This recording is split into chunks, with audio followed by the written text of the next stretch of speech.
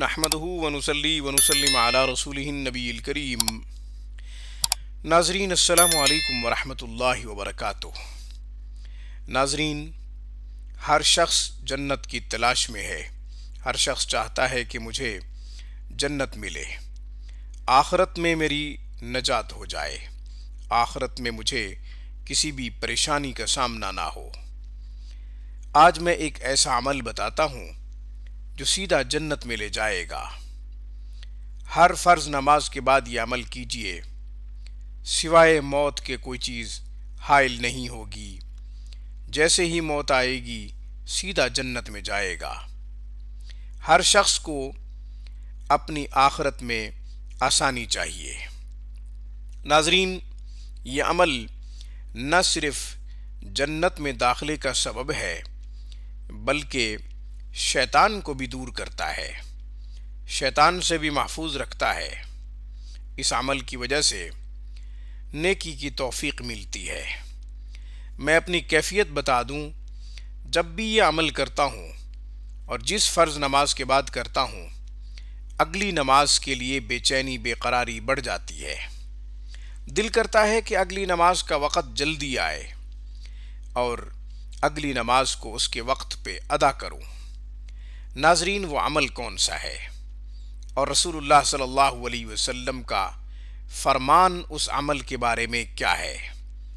چنانچہ رسول اللہ صلی اللہ علیہ وسلم نے فرمایا، جو شخص آیت الکرسی کو ایک مرتبہ ہر فرض نماز کے بعد پڑھ لے سیدھا جنت میں جائے گا، سوائے موت کے کوئی اور چیز بیچ میں حائل نہیں ہوگی۔ یہ حدیث نسائی میں ہے اور اس حدیث کے راوی حضرت ابو امامہ رضی اللہ تعالیٰ عنہ ہیں۔ چنانچہ یہ عمل نہ صرف جنت میں داخلے کا سبب ہے بلکہ اس عمل کی وجہ سے شیطان بھی دور ہو جاتا ہے، شیطان پاس نہیں آتا، شیطان قریب نہیں آتا۔ مشہور واقعہ حضرت ابو ہریرہ رضی اللہ تعالیٰ عنہ والا آپ نے سنا ہوگا، اگر نہیں سنا تو میں عرض کر دیتا ہوں۔ جب رسول اللہ صلی اللہ علیہ وسلم نے حضرت ابو ہریرہ رضی اللہ تعالیٰ عنہ کو غلے کے اوپر نگران مقرر کیا تھا، پھر ایک شخص رات کو غلہ چوری کرنے لگا تو حضرت ابو ہریرہ رضی اللہ تعالیٰ عنہ نے پکڑا تو اس نے کہا کہ میں بہت غریب ہوں، محتاج ہوں، میں تنگ دستی کا شکار ہوں، مجھے چھوڑ دیا جائے۔ حضرت ابو ہریرہ رضی اللہ تعالیٰ عنہ نے رحم کہا کہ چھوڑ دیا۔ صبح جب یہ واقعہ رسول اللہ صلی اللہ علیہ وسلم سے عرض کیا تو آپ علیہ الصلوۃ والسلام نے فرمایا، وہ آج بھی آئے گا۔ تو آپ علیہ الصلوۃ والسلام نے جیسے کہا تھا کہ وہ آج بھی آئے گا، تو حضرت ابو ہریرہ رضی اللہ تعالیٰ عنہ نے انتظار کیا۔ دوسری رات بھی وہ آیا، پھر اس نے قسم دی اور رویا کہ میں جو ہے تنگ دست ہوں، میں غریب ہوں، مجھے چھوڑ دیا جائے، میرے بال بچے ہیں، مجھے چھوڑ دیا جائے۔ تو حضرت ابو ہریرہ رضی اللہ تعالیٰ عنہ نے چھوڑ دیا۔ رسول اللہ صلی اللہ علیہ وسلم سے پھر یہ واقعہ عرض کیا، آپ علیہ الصلوۃ والسلام نے فرمایا وہ پھر بھی آئے گا۔ جب تیسری رات آیا تو حضرت ابو ہریرہ رضی اللہ تعالیٰ عنہ نے پکڑ لیا اور کہا کہ میں آپ کو رسول اللہ صلی اللہ علیہ وسلم کے سامنے پیش کروں گا۔ تو اس نے کہا کہ مجھے چھوڑ دیا جائے، میں ایک بات بتاتا ہوں، سچ بولوں گا میں۔ اس نے کہا کہ میں شیطان ہوں، جو شخص آیت الکرسی پڑھے گا میں اس کے پاس نہیں آؤں گا، میں اس کے قریب نہیں آ سکوں گا جو آیت الکرسی پڑھا کرے گا۔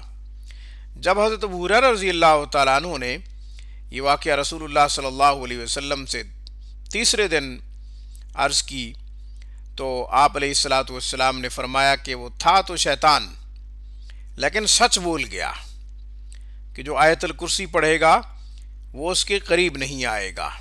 تو ناظرین، آپ وساوس سے بچنا چاہتے ہیں، خیالات سے بچنا چاہتے ہیں، شیطانی وساوس، شیطانی خیالات سے بچنا چاہتے ہیں، شیطان کے مختلف حربوں سے بچنا چاہتے ہیں، تو آپ آیت الکرسی کی عادت بنا لیں، ہر فرض نماز کے بعد پڑھا کریں۔ اس کے بہت سے فائدے ہیں۔ سب سے بڑا فائدہ یہ ہے کہ نماز کے لیے دل کرتا ہے، اگلی نماز پڑھنے کے لیے دل کرتا ہے۔ تو جو اگلی نماز پڑھنے کے لیے پہلے بوجھ محسوس کرتا تھا کہ میں نہیں جانا چاہتا یا نہیں پڑھنا چاہتا، جب آیت الکرسی شروع کر دیتا ہے تو اگلی نماز کے لیے جسم ہلکا ہو جاتا ہے، خود دل کرتا ہے، بے قراری بے چینی بڑھ جاتی ہے کہ میں عصر کی نماز ادا کروں۔ اگر وہ ظہر کی نماز کے بعد پڑھ لے گا آیت الکرسی تو عصر کی نماز کے لیے خود دل کرے گا، عصر کی نماز کے بعد پڑھ لے گا تو مغرب کی نماز کے لیے خود دل کرے گا۔ تو خلاصہ یہ ہے کہ جنت میں داخلے کا سبب ہے آیت الکرسی، اسی طرح شیطان سے دوری کا ذریعہ ہے۔ شیطان دور ہو جائے گا، شیطانی خیالات نہیں آئیں گے، شیطانی وساوس سے بچ جائے گا۔ اللہ تعالیٰ سے دعا ہے اللہ ہمیں جنت الفردوس کا بہترین مقام عطا فرمائے۔